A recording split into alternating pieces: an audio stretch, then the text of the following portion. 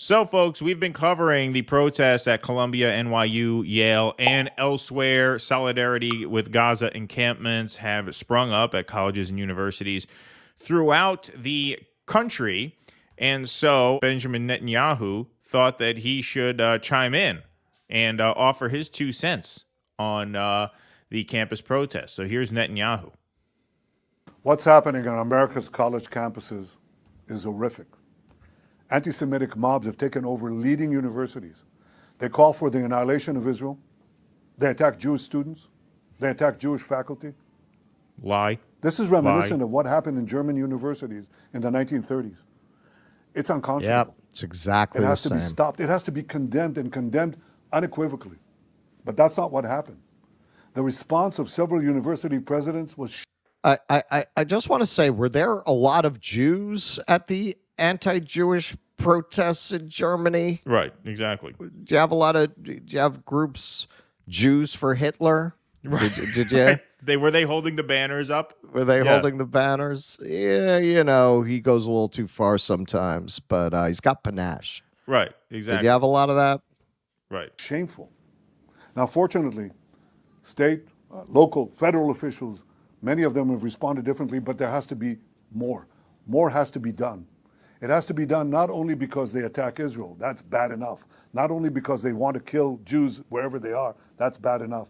It's also when you listen to... We can't like let these statements run without just saying that obviously, not that anybody watching this doesn't know this already, just outright lies. They say not only death to Israel, death to the Jews, but death to They don't America. say death to anybody. They don't say any of this. Again, just incredible lies. And this is why, you guys are important. It's important to be there if you can, to show support if you can, because we need these kids to keep this up. But we have to, just as we were able to turn the public mind against Israel over the course of the months, between, I would say, November and February, right, that period, we're going to have to show and share footage of these protests. Let's just share the video so that people can see that these are lies, because most of the people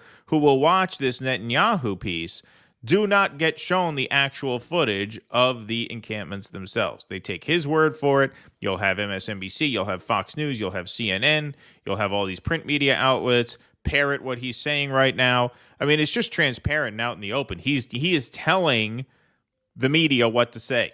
He's telling our politicians what to say, right? Yep. That's not a conspiracy. That's being done on camera for you. We just saw Morning Joe do an about face 2 weeks ago. They're calling for sanctions against Israel. Now they're bringing an NYU professor, a so-called professor, Scott Galloway, on to excuse genocide on their behalf. So this is a mobilization of permanent state forces that we have not seen in a while. We haven't seen it this coordinated and this fast and this out in the open in a while. And so you have to share footage of peaceful protests. That's why that woman going there trying to troll the Yale protesters and failing, that's why that was so viral. Because she went there to make a point, and she ended up making the exact opposite point, to the point where they actually took down the video 40 million views and 40 million memes later, right? But notice, you're not allowed to comment on that video now on YouTube, right? It's hard to find that video on social media now because the original tweet was taken down. You can only find like parody versions. Exactly. You can only find those. So you have a situation here where the truth is obvious, their lies are obvious, and the only way they're going to get away with this is if people don't see the protests themselves. And so you have to share footage of the protests, not doctored in any way, because we can just tell the truth. The protests are peaceful. Nobody's being harassed. Nobody's being threatened. Nobody's being attacked. It's not me saying that. That's the NYPD saying that. Yes. The NYPD said they have not had one report of a violent attack against a Jewish student. Not one. A single one.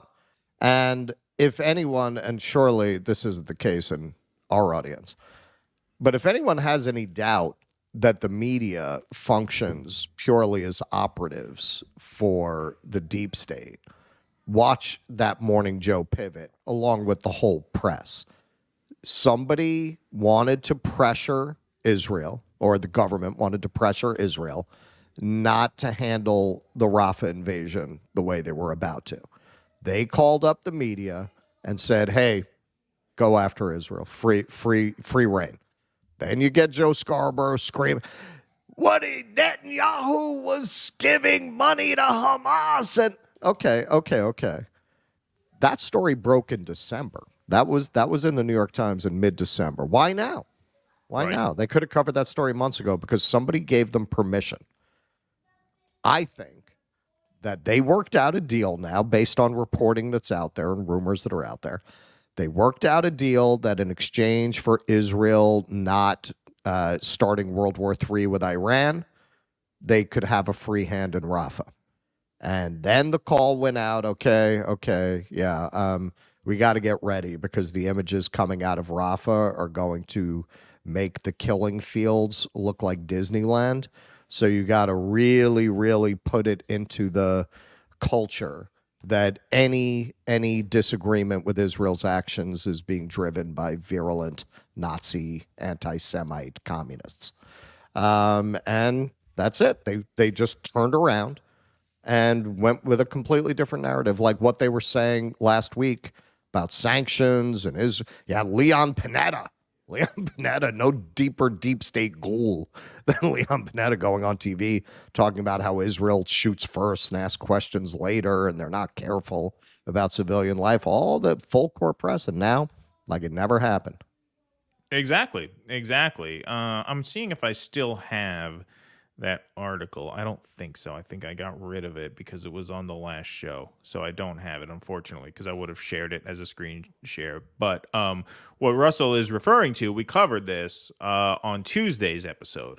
The Times of Israel reported that the United States said in exchange for a contained back and forth with Iran that does not blossom into World War III, we will soften our red line stance on a Rafah invasion. Now, the United States denies having made that deal, so we cannot confirm that deal has been made. But your theory seems sound to me because, first of all, that story didn't just come out of nowhere.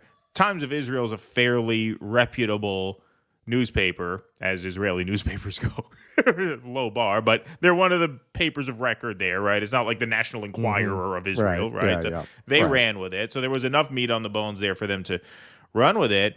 And it makes sense. It makes sense because they're going to have to, like, they're more pro-Israel now than they've ever been. And 2 weeks ago, they were calling for sanctions on Morning Joe. So what happened? Something clearly happened where now we're back to litigating campus protests again. Netanyahu's out here saying these just outright lies about these kids again. And it seems like, I said this on yesterday's show with Nick, like it's like we're in a time warp. Like time has folded in on itself. We're here October, November, December, January, February, March, April, and then we hit this, and now here we are back in November, right? Like that's what it feels like. That's what it feels like. Like all of a sudden, boom, so quick it happened. At the same time, the World War III bill passes and the TikTok ban passes. It's like, talk about dropping the hammer. Like that is what this feels like. And look, can we confirm? We can't report as fact that that's what happened.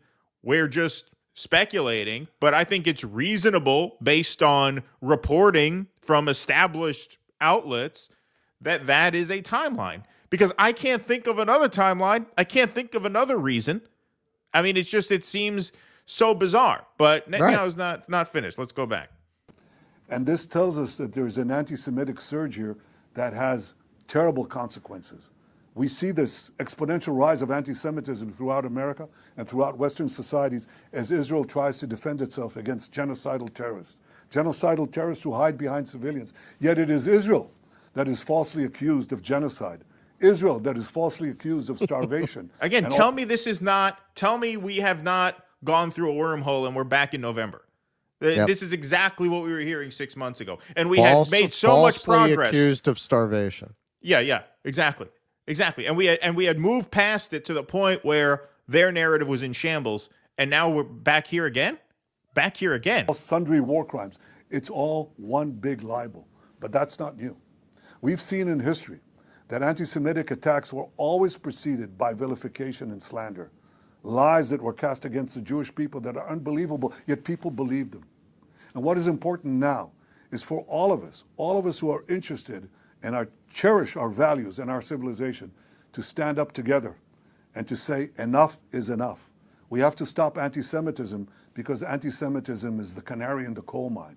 It always precedes larger conflagrations that engulf the entire world. So I ask all of you, Jews and non-Jews alike, who are concerned with our common future and our common values, to do one thing: stand up, speak up, be counted. Stop anti-Semitism now. Well, the woman that's it. You know, I mean, they're dropping any premise that to criticize Israel is not anti-Semitic. They just dropped that whole premise. That's it. That's it. They're just going to full out make that equation. They cannot afford a reasoned conversation about Israel. Please clap.